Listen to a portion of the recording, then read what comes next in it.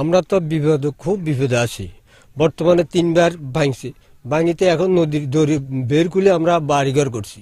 এখন যদি এটাও চলে যায় তাহলে আমাদের আর কোনো উপায় নেই। এবার কোথায় যাবো, কি করবো, আল্লাহ স্যার কেউ জানে। আজকে আমরা খুব অসহায় হয়ে নদীর কূলে দাঁড়াইছি। আজকে আমরা মানববন্ধন করতেছি, আমাদের এলাকা ভেঙে যাচ্ছে নদী ভাঙার কারণে। আজকে আমরা অসহায় হয়ে আমাদের যে স্কুল, আশ্রয় কেন্দ্র হিসেবে স্কুলটা প্রতিষ্ঠিত, এবং এই অত্র এলাকার মধ্যে একটা স্কুল 7 নং ওয়ার্ডের মধ্যে, এই স্কুল যদি কোনো কারণে নদীগর্ভে বিলীন হয়ে যায় আমরা নিঃস্ব হয়ে যাব। আমাদের বাচ্চাগুলো নিয়ে আমরা কোথায় যাব? আমরা কর্তৃপক্ষের কাছে আকুল আবেদন জানাচ্ছি যে যেভাবেই হোক আমাদের এই স্কুলটা রক্ষা করতে হবে, আশ্রয়কেন্দ্র রক্ষা করতে হবে।